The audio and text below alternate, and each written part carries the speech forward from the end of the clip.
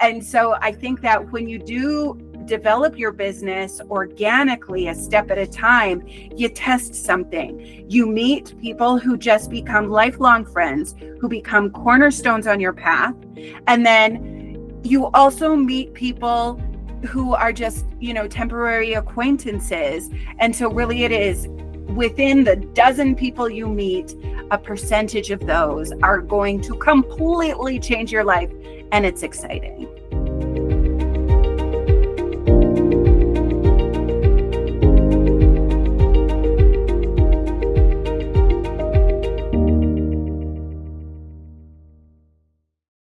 Hey, y'all. Welcome to the Happy Life Agenda. I am Dani C., and today I am thrilled to introduce you to Emily Tamayo Maher. She is an award-winning writer, book coach, entrepreneur, and she is the author of 2 books, The Meaning Method, and her latest, The Rapid Blueprint novel, which I have just dove into, and I'm so excited to chat a little bit about today. I met Emily through an author group and have just been delighted to get to know her as a mentor navigating my big leap into entrepreneurship, and as well as soon to be writing my first book. So Emily, welcome. Tell us about yourself and just all the things that you've accomplished to this date and kind of how you got here. I think you'll inspire so many. Oh, Dani, I'm so excited to do this. I feel like ever since we met, we haven't been able to stop talking. So it's just really nice to be able to talk about business and creativity and doing work that you're really passionate about. So I remember taking the leap myself. It's 7 years ago now, going on 8 years. It'll be 8 years, June 15th.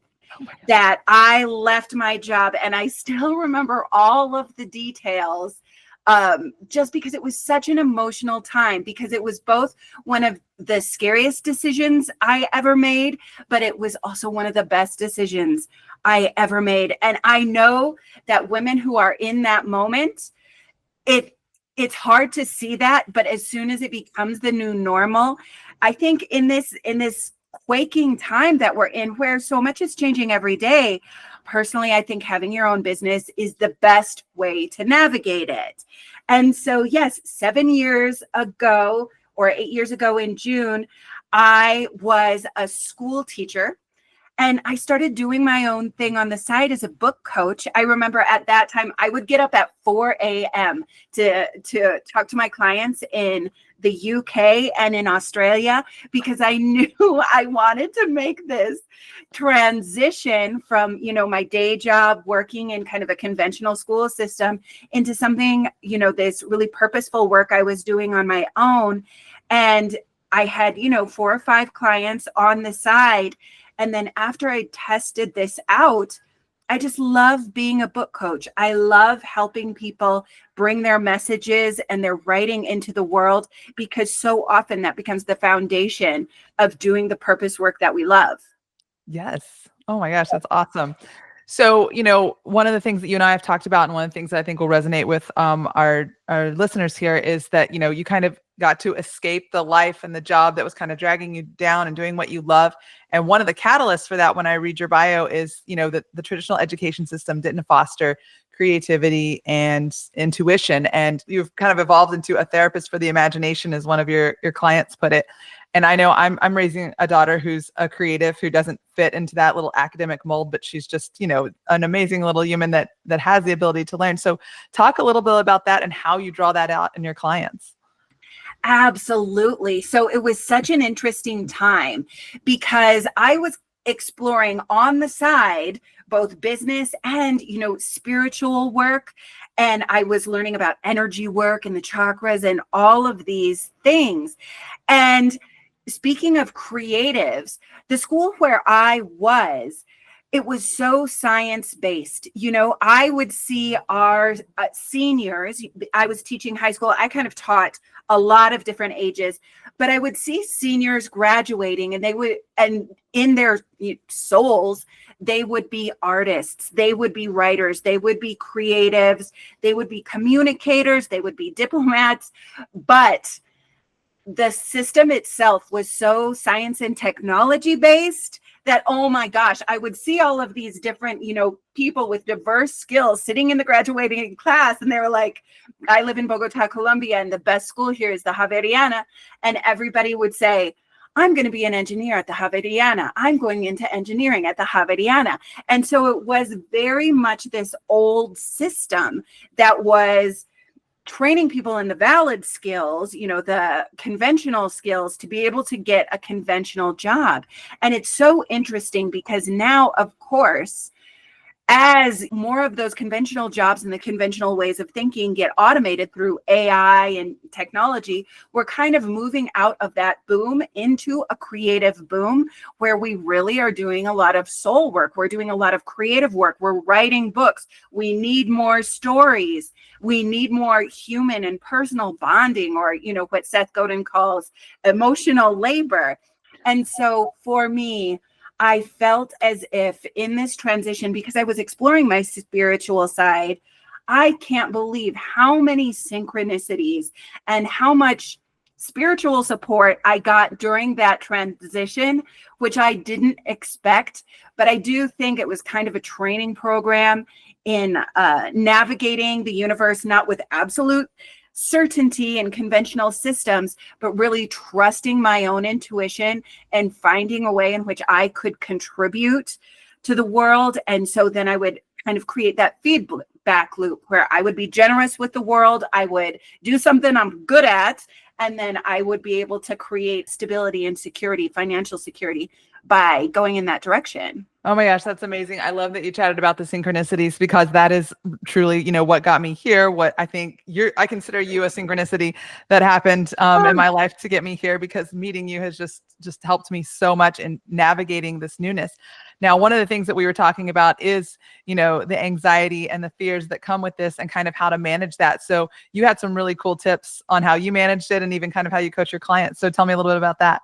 Yes. Well, hard won tips. And actually, I know I can bring this into the form of a story, because I think back to that time. So I was just clinging to my conventional job as a teacher. And my son was 3 at the time, which was one of the synchronicities, because I was setting him up to go to this school, you know, and I had my doubts. I wasn't happy there myself. And so I was ignoring my intuition in favor of conventional security. And it was producing so much anxiety inside me. And so I'll never forget, it was a very competitive school, which is why they had such a rigorous program in the sciences.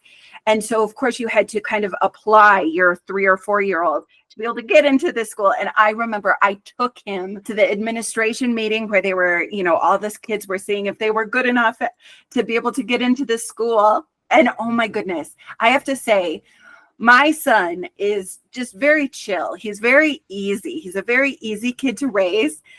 And for some reason, at this particular meeting, he went into the soccer closet where they stored all the soccer balls, 4 years old, closed it, and he would not come out of that soccer closet.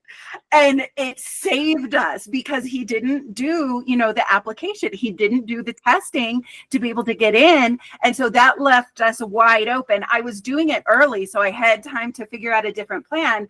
But I only imagine that if he would have been accepted into that school, I would have gone along that line. And because I was a teacher there, I'm pretty sure they would have accepted him had he not locked himself in the soccer closet. Had he done something, he would have passed. But I know that that's not the right place for us. And so I think it's so fun, because it was just kind of the anxiety of that environment that really probably affected him. I also say it was his guardian angels and all those things. And my guardian angels, all of them were conspiring. But that was kind of one of the first synchronicities. But it was also me getting used to navigating things on my own, rather than trusting a system that's creating anxiety, sadness, whatever that is. It was really moving into my own management, which I love doing through breathing techniques, energy work. I think I was sharing with you, tourmaline is my favorite crystal. I'll just keep a couple of these crystals in my pocket. And when I get them out, I just feel calm flow through my body. But I suppose another thing that I think for, you know, we are both mothers. And so when I was doing my transition, probably the thing that that produce the most anxiety is not anything that would happen to me. You know, things have happened to me. I'll get through them. I've done it before. I'll do it again. But I was just so nervous as a mom that I would be letting down my son as a breadwinner, that I would be, you know, for my own passion and purpose, I would be taking away opportunities for him. And it was the opposite. It was the absolute opposite. I opened up a new school for him where he is truly happy. I opened up a lifestyle for myself where I can be there for him. I'm home every single day when he gets home from school because I work from home. And so being able to manage anxiety by using energy work and really getting an interior orientation for my safety rather than trusting an exterior orientation for my safety has just been a door that opened so much. Oh, that's phenomenal. I really like the alignment with, you know, being a mom and seeing those synchronicities, because that's kind of the thing that's changed for me is, you know, my daughter was pivotal in making this decision. And then she's been pivotal in, you know, showing me that it's the right decision. Like, she's reading better than she ever has and excited about it. And I think it's kind of that attention that I'm now able to give her. So I just love that that's, you know, a jumping off point for you, and it's continued to be a thread, and it's one for me. So thank you for sharing that. So one of the things that I want to cover while we chat is your new book, The Rapid Novel Blueprint, because as I read this, I shared with you, like, I feel like there's a lot of synchronicities to, you know, jumping off and being an entrepreneur and how you can write a novel successfully, because you've got to find that clarity. You build some process and structure around what you want to do. So one of the things in there was you talked about support, and she had some really cool stories about the Obamas and James Joyce. And so a lot of people, especially self-starters, were like, oh, I can do it myself. And you talk in there about how support is actually a sign of strength and not weakness. So let's talk a little bit about that and give us some of those examples from your book.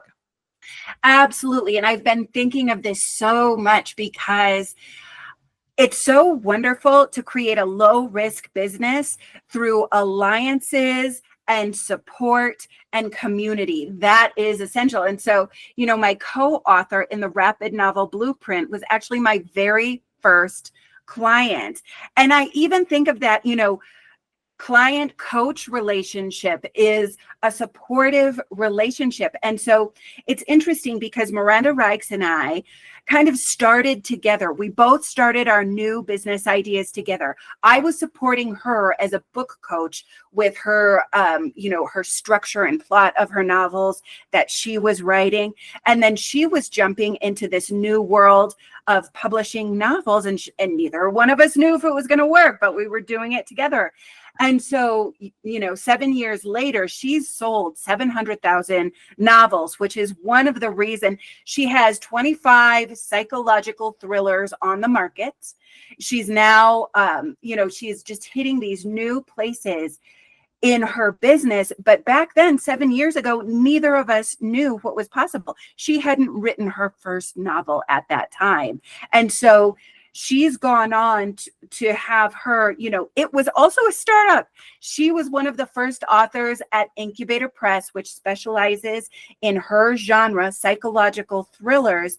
And so it really does become a network of people you attract by leaning into the places you want to go.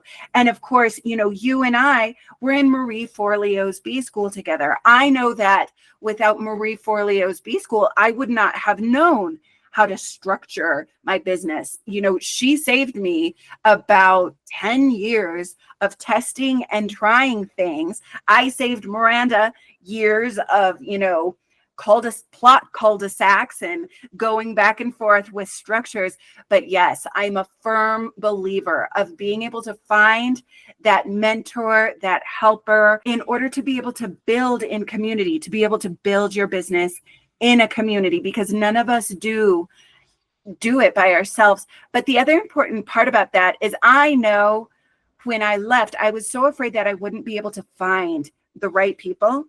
I was sure that there was somebody out there, you know, probably named Oprah, who was going to change my whole life, and I wasn't going to be able to connect to her. And it was so scary. And so I think that when you do develop your business organically, a step at a time. You test something. You meet people who just become lifelong friends, who become cornerstones on your path. And then you also meet people who are just, temporary acquaintances. And so really it is within the dozen people you meet, a percentage of those are going to completely change your life. And it's exciting.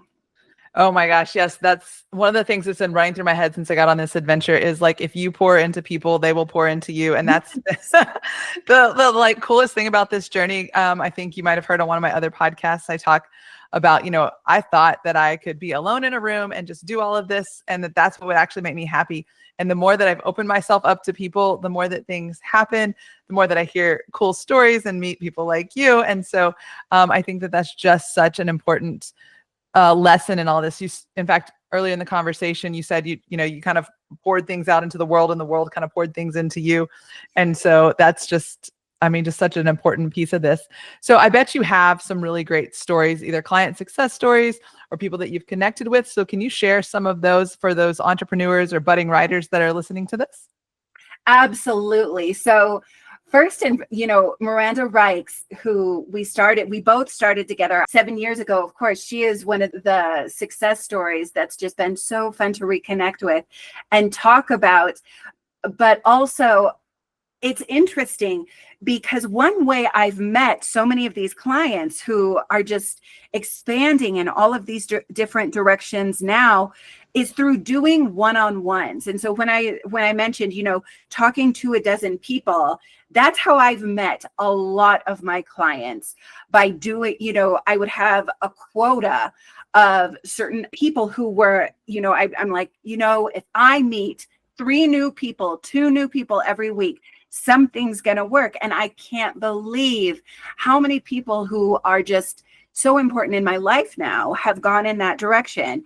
And so, of course, I work with fiction and nonfiction, and another client who has a book coming out through Hierophant Press. It's Shakespeare's Guide to Happiness is what she's writing. And so she's launching with this traditional publisher that she met by going to kind of a woo adjacent conference, because we also have Hay House in common. That's a publisher that we really enjoy reading books from. So another publisher that's similar is called Hierophant. So we're working together on her self-published historical fiction adventure series. And she was in corporate. She was a lawyer. She'd been in corporate into her 50s, much like Miranda Rikes. And so she was just in this transition of wondering whether or not she could quit. She should quit her job and switch over to this new thing. And so all of a sudden, these opportunities, we met. I remember coaching her through that time. Now she's 3 years out of her corporate job. She has several adventure thrillers out. But I also think this contract with Hierophant is really interesting because it did happen in community. She attended the conference. We worked on the book proposal together. And then she won the contest. She won the publishing contest from that particular publisher. And so now she has all of this support and also a peek behind the scenes of the traditional and the self-publishing systems to see which direction she wants to go. And so she has her Substack blog going. She's traveling the world in her free time. Her kids are both out of college now. So I think she's just coming back from Egypt at the moment, and she's going to dive back into her novels while launching this book through Hierophant Press at the same time. So it's just fun where when you're focused on a corporate system or a school system or whatever it is that's supplying that security for you, it does take so much of your attention, which is one of your most important investments. And so when you can start to take that attention and just have this lightness, work through the anxieties in the ways that work best for you, then you will notice all of these opportunities, all of these different connections, possibilities, networking systems that come out of nowhere. And of course, I am the lucky coach in the publishing industry who gets to be along for the ride and see what happens. But I do think, I'm so glad you asked about those success stories, because when you see other people doing it, it becomes more realistic. It's my normal. It's Miranda Reich's normal. It's Kim Bradley's normal. You can look up all those names. And so collecting those success stories is so important. Yes. Oh my gosh. Thank you for sharing that. And, I want to point out something that you said there. You mentioned two people that were in their 50s. And that's one of the things I really want to drive home with anyone that's listening is you're never too old to get started, because today is the best first day when you discover all of this to get started on claiming the life that you want. It's never too late. I've made some friends and mentors who, kind of been scared to take that jump. And they're like, oh, I'm too old and I'm just stuck in this. So did you have any trouble overcoming, kind of helping these people on thinking like, oh, I'm too old to do this? Do you have any tips there? In my experience, and I will definitely say that in their experience, there was a tipping point where the path, at first it's a little blurry, but then the path really starts to emerge as you take it a step at a time. And it was interesting for me. As I said, I was clinging to the security of my job. I think actually, I left when I was 38. Many of my clients leave right around, that 50 mark. And it's actually a huge advantage because it's so much more life experience. I found that so often when you are a little older than I was, it's just easier to navigate because of the background you've had. If you've been extremely successful in a professional setting, then, oh my goodness, then those are the same skills you're going to bring to your own thing. So it's just good to go. If you have that experience, you're going to take it with you. And so I remember with my own experience, there was a tipping point, and this was true for both of them also. So I was clinging to my job as a school teacher. And you know what? I was kind of, because of the way this particular school was managed, I was a native English speaker with a master's degree and so many skills I was bringing to the school. But at the same time, I was scared of being fired all the time. It was kind of like that pressure where you're in a system, you're getting that regular paycheck, but I didn't feel secure. If I did pretend that I was feeling secure, it's because it was the familiar. And so I will say there was a tipping point where I was experimenting with these individual client meetings, and I was actually starting to make good money on the weekends. And as the pressure kind of bore down from my job, I'll tell you, there was one moment where I had worked several 23-hour days in a row because, it was kind of like the testing drowning. During testing periods, teachers, they're drinking coffee all night long and just correcting tests. Well, that happened to me. And at the end of it, I was ready to rest. As I said, my son was 4 years old. And oh my goodness, right when I got off my feet and rested for a moment, my son downed a bottle of cough medicine. I felt like I wasn't there. I wasn't operating. I wasn't taking care of my responsibilities. Rushed him to the emergency room. And I'm like, what security am I finding in this job that makes me overwork so much that I can't be there for my son? And so, as I keep saying, there was a tipping point. And actually, I'm going to talk about, the manifesting path down the chakras, because it's one thing on which I started my brand. And it's also the way in which I explored the transition. And so I realized that the path I was moving into that was completely unfamiliar was probably safer than the path that I was in at the time. I will say that Miranda, she had finished with radiation therapy for a sarcoma she had in her leg. And so she was going through a period where she realized the life I knew before, if it had a sense of security, it was a false sense of security. I'm confident enough and brave enough to explore new worlds on my own. And the same for Kim. You know, she'd gotten good at the world where she was a corporate lawyer. And she was like, you know, if I can navigate this, I can navigate something new. Let's start exploring what that new path was. And so that was definitely the tipping point for me. Wow. Those are so inspiring stories. And we've talked a couple of times, and I know I've read a lot, is if you're chasing security, you know, and that what you've now, you know, proven is a perceived security, you're chasing the wrong thing, because that's always going to get you on this like short-term strategy. And it's not going to be the thing that's filling your cup and getting you the true security, which is a very fulfilled life. Right. So absolutely. Thank you for sharing that. That's amazing. Well, I know I'm going to have you on again, because I feel like we could just keep talking forever. You have so many great things to share with everyone and so much experience in this space, not only as a writer and a coach of writers, but also for entrepreneurs and people who are scared to make that leap, like myself. So why don't you tell everyone how they can like find you, benefit from your knowledge? You know, are you on social? What's your website? Tell us all about that. So my website is meaningmethod.com. And my favorite thing to give away is what I call the writing and yoga staycation. So I was mentioning the manifesting path down the chakras, and I've created this guide where you can take this a step at a time. If you're creating anything new, whether that be a book, or if it's a new business, any kind of creative venture. I'm just going to go through this path very quickly. So the chakras are kind of your energetic organs where your creativity comes from. And one of the things that helps me the most is going down this path. So it's starting at what's called the crown, where you get inspiration. And so that day one of this writing and yoga staycation, we go into inspiration. Then we go into planning and dreaming and design. Then we go into your voice, testing out your voice in the throat chakra.